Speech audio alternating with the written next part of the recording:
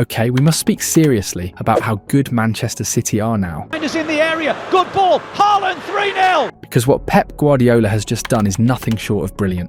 And I think some of the new players, in terms of how they play today, from a City perspective as a fan, like, it's exciting. You got to see what Reijnders was like in terms of his driving runs. You saw the link-up play, someone like an Oscar Bob who had to sit out the majority of last season with a broken leg. And you got that sort of freshness that's there, which is, I think, what some people would have been pining for from such a long time, from the middle third of last season when they were so poor. So I think overall. For the first time in his legendary career, Pep didn't build from abundance, he built from weakness. Is this the biggest challenge of your managerial career so far? To be able to reinvent this team, to take it back to where it was? Is it one that you look forward to enthusiastically? No. We have done it already. So after 9 years, it's not the same team that we started 9 years ago. We have done it 2 or 3 times already. So it's not the biggest challenge. The challenge I had is when I was starting my managerial career and with my staff and a lot of tasks that we were together and prove myself, prove our staff that we can do it. He took Manchester City's lowest point under his command, his worst season as a coach. And instead of hiding, he faced the storm head on. It was a good message for the club, for the future, because everything, they take it for granted, right? When you're 4 in a row, said, nah, City's going to win. And it's completely the opposite. Everything is so tough, and maybe make a good warnings for a future for the next few years, not just. And he did it with a ruthless decision, saying goodbye to heavyweights like Kevin De Bruyne and Jack Grealish, players who had written history at the Etihad, players who seemed untouchable until Pep decided it was time to move forward. But here's the genius of Guardiola. Every departure opened the door for a perfect arrival. I think what we saw from Reijnders today is what separates him from other players in Europe. You know, the guy does he does some of the dirty stuff in the middle of the park, but the way he appears at the edge of the box or in the box for either finishing or the cutback for Haaland. In came Tijjani Reijnders, who delivered one of the most electrifying Premier League debuts we've ever seen. Will be in here, and Reijnders hits it into the back of the net. Rayan Cherki, with limited minutes, still announced himself with a wonder goal. He's onto the ball, Cherki, he hits it in. Rayan Ait-Nouri slotted seamlessly into the system, showing there is no such thing as a weak link in Pep's blueprint.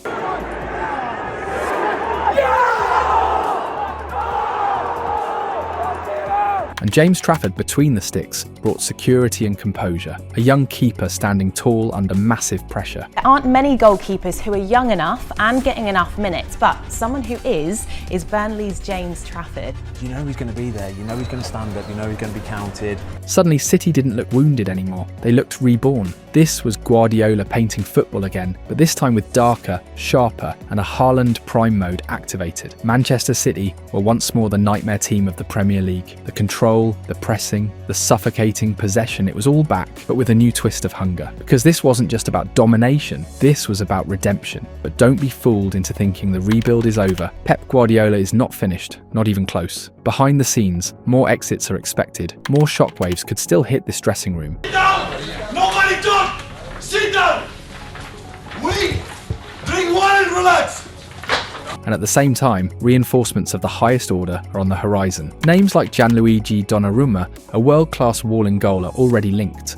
Gigio Donnarumma and Manchester City, the agreement on the contract is almost done. No issues between Donnarumma and City on contract terms. Donnarumma wants to play for Pep Guardiola, and Pep Guardiola considers Donnarumma one of the best in the world. A big opportunity on the market now with his relationship broken with Paris Saint-Germain after club decision to exclude Donnarumma from the squad.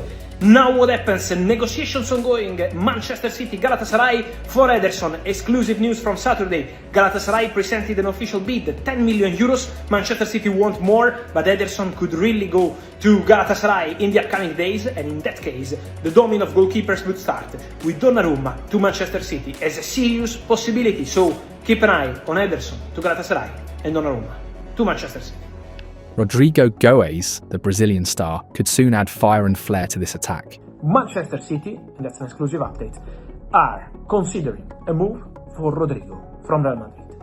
Manchester City believe that Rodrigo could be an ideal option for their attack. Then, is that going to be possible? We will see. Is that going to be expensive? For sure. Is that going to be easy?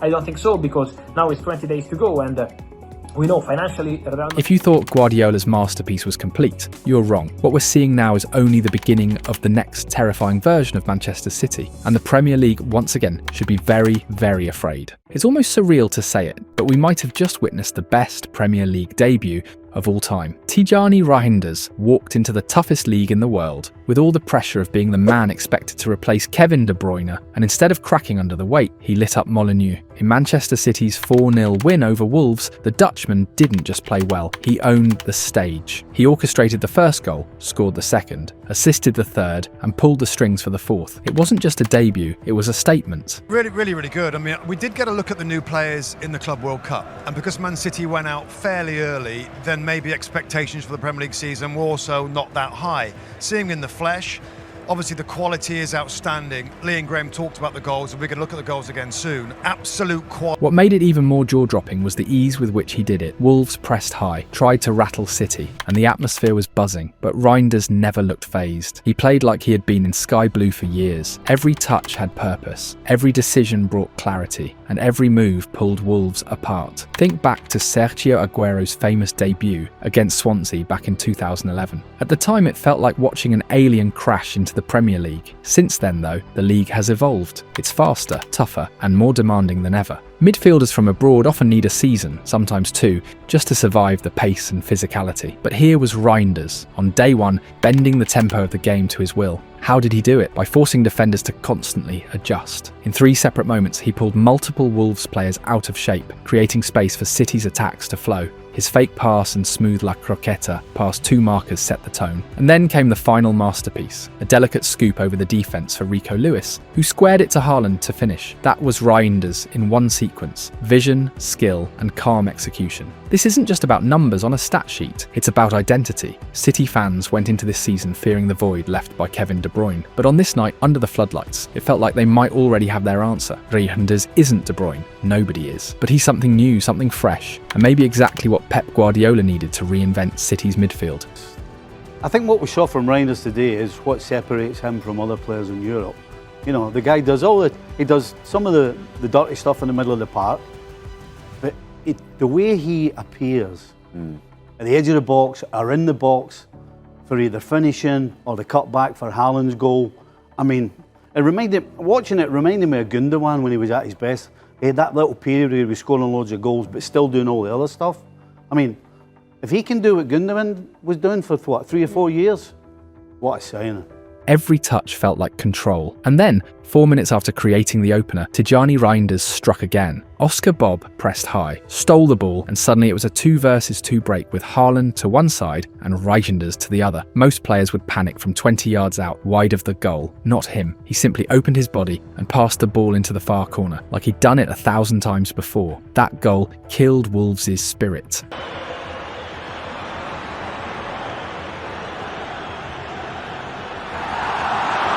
This wasn't just about skill, it was about awareness. In the second half, City lost some control, Guardiola was frustrated, but Reijnders was the one who dragged them up the pitch. James Trafford looked for options. Reijnders saw the gap, darted forward, and controlled a clipped ball from the sky. 1 touch to settle, 10 yards gained, a slick 1-2 with Bob, and then a blind pass behind him to Haaland, who curled it home. Bob and Reijnders, the link-up play was really, really good. And I think even like from an attacking standpoint, Rico Lewis coming in there and the way that they gelled together, I think the understanding that they have felt as if they've been doing that for the longest time. Agreed. But as we said of Oscar Bob, he's been out for most of last season. He's trying to find fitness. You've got Reijnders who's coming in, this is a new team, this is a new setup, first time playing against Wolves and so on. But they all knew what they were doing, and what I loved as well from Reijnders, to go back to it, the cutback for Haaland for his goal, at no point as he looked, he just knows that's the right place to be, and the weight of pass was perfect. To the left-footed forward to go and smash it in. That's the kind of playmaking City fans feared would vanish with De Bruyne gone. But it's alive again. And back towards Haaland, 3-0.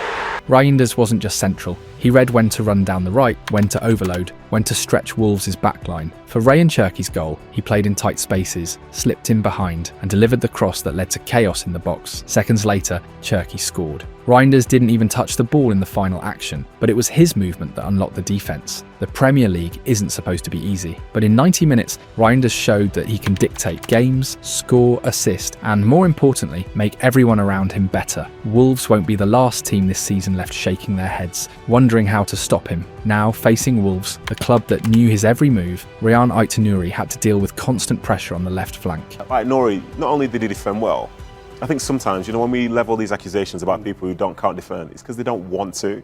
Today it looked like Ait-Nouri really wanted to, so you saw his physical strength, you saw his ability to sort of defend 1v1.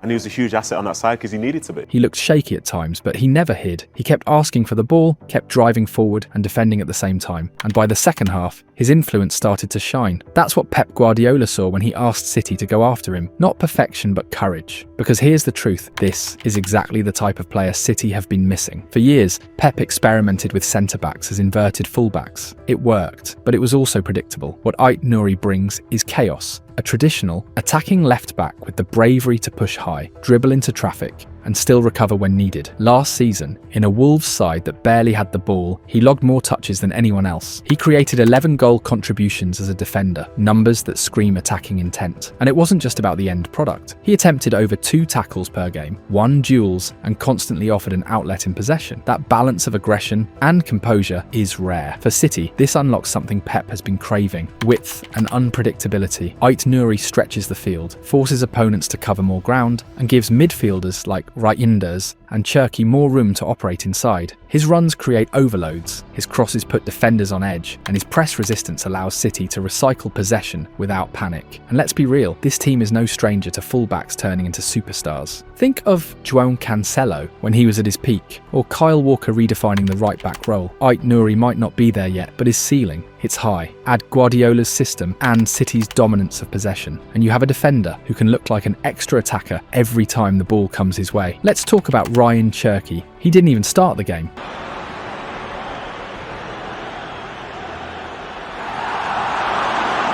But when Rayan Cherki stepped onto the pitch, the energy changed. Brimming with confidence, the 21-year-old Frenchman looked fearless. And then came the moment that sealed his arrival in England. His first Premier League goal. To him again, and he finishes! A sharp run, perfect timing, and a finish that showed the quality City fans were promised. Cherki's value is not only in scoring, he is versatile enough to play wide on the wing, cutting inside with his dribbles, or centrally as a number 10 pulling strings behind the striker. That flexibility is priceless for Pep Guardiola, who thrives on having players that can swap roles seamlessly. His close control in tight spaces, the ability to glide past defenders, and his flair with both feet have earned him comparisons to Lionel Messi. Not for legacy, but for that unpredictable brilliance that terrifies defenders. Last season in League One, Cherki led the league in assists, earned a spot in the Team of the Year, and was crowned Dribbler of the Year. Those numbers don't lie. He's not just flash, he's effective. He creates angles that don't exist for others, sees passes that split lines, and can turn a half chance into a clear shot on goal. For Guardiola, losing Kevin De Bruyne meant losing the ultimate creator. City needed a new spark, a playmaker who could take over games when the team is stuck against low blocks. That's why Cherki was signed. Next to Reijnders, he forms a dynamic duo of creativity, one orchestrating with calm precision, the other breaking lines with flair and chaos. It's balance and danger rolled into one. James Trafford finally made his Premier League debut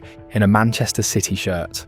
It wasn't spectacular, but it was steady. He came out quickly to block Manetzi in the first half, parried a couple of routine shots in the second, and only really had one nervous moment when a back pass almost trapped him under pressure. Otherwise, he looked calm and composed. Feet felt comfortable, and he had a real calming presence. And the goal that Haaland scores, his second one, that starts with the ball at James Trafford's feet, and he plays the 30-40 yard ball into space for Reijnders to run into. It doesn't make the highlight, but it's an important part of highlight. That composure is exactly what made him a star at Burnley. Last season in the Championship, Trafford produced one of the most ridiculous defensive records in recent history. 30 clean sheets in 46 matches, conceding only 16 goals, and setting a record with 12 straight shutouts. His defence overperformed expected goals by more than 12, which shows just how reliable he is in goal. Numbers like that don't just happen. They belong to elite shot stoppers. Think about this from the Trafford perspective. Last season he's playing in the Championship. This season he's playing for a side that's trying to win the Premier League.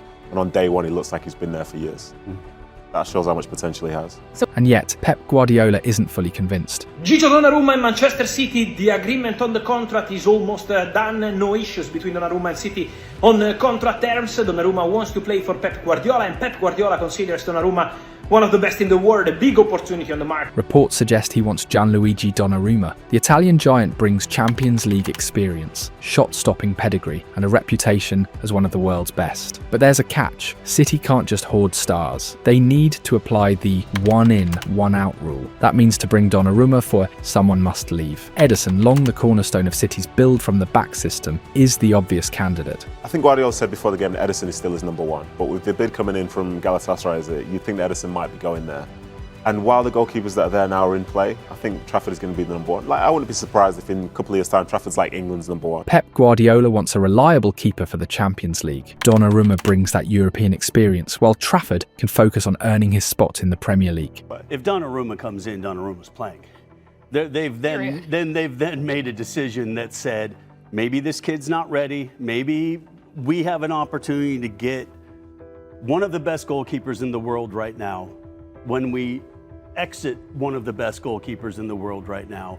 Now, if they don't do that because they're very happy, then that will say a lot about Trafford. So the same goes in attack. Pep wants Rodrigo, the Brazilian winger, who has been underappreciated at Real Madrid. But for that to happen, sacrifices are needed. Jack Grealish is already gone, Tottenham are sniffing around Savinho, and Nottingham Forest want Rico Lewis. City have the resources, but even for them, rules apply. Every addition demands a subtraction. Manchester City might have one of the deepest squads in world football, stacked with world-class talent across every position. But the spotlight always falls on one man, Erling Haaland. Critics are quick to point out that he dropped his level last season, but the numbers tell a very different story. Yes, Haaland finished as only the third top scorer in the Premier League 2024-25 with 22 goals, behind Isak 23 and Salah 29. But those same critics forget that this is the same striker who, in his very first Premier League season, shattered records with 36 goals and 8 assists, delivering 52 goals across all competitions. In 2023-24, he followed up with 27 league goals and 38 total. Even at his lowest level, he's still producing elite numbers. And now, at 25 years old, the Norwegian machine has started the 2025-26 season with a bang, a brace against Wolves that reminded everyone of his ruthless instinct. With those strikes, Haaland reached 87 goals in 98 Premier League matches, a staggering record. That's 20 more than any other player since his debut, with Salah trailing at 67. He's also already passed Aguero and Sterling, as City's most prolific scorer under Guardiola, but in almost half the games they needed to reach those numbers. The paradox is clear. Haaland is both criticised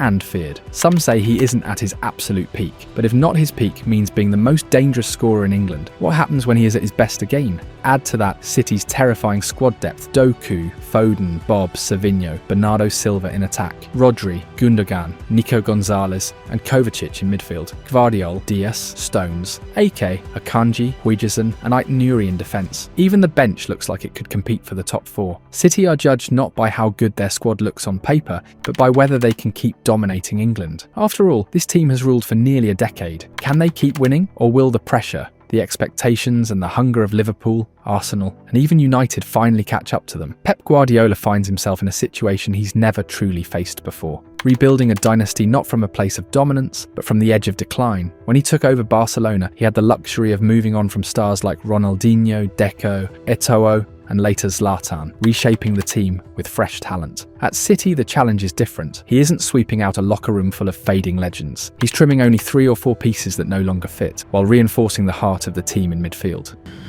The club always makes a good signs. I never found a player like he's not good in the Premier League, not just Man City, never. If you are a football player playing Premier League, it's because you are good. It's how you are be better, it's how you connect in with the idea of the team and with your teammates. And when team play bad, they criticize one player. Players are good, really good, always have been good. How in my job and our job and the job to the players, how we are connected, you know, in these kind of things to be connected on the pitch, and that makes the difference. But all of them are really, really good. Big talents, all 3. Rayan Cherki knows the Premier League, and Tijjani, Rayan Cherki is the first. But Tijjani, give us something like you miss it, have incredible pace and to the box, and the talent from Cherki is unbelievable. In small spaces, the creativity in the final third is extraordinary, and sometimes in certain games that of course we will need him. This is not about luxury changes. This is about necessity. Pep has to craft a squad capable of competing at the highest level again. Not because the talent has gone, but because the hunger, the balance, and the edge must be rediscovered. And that's exactly what makes this Manchester City so terrifying. They're no longer the unstoppable machine that crushed everything in their path. They're a team rebuilding from their flaws, recalibrating from weaknesses. Guardiola has to mould them into a group that wins not just because they're better than everyone else, but because they've learned how to suffer, adapt, and rise again. For the rest of the Premier League, that's the nightmare scenario. A City side that combines elite talent with the grit of reinvention. If Pep truly manages to reconstruct this team from its lowest point, the question isn't just whether City can win again, it's whether anyone can stop them.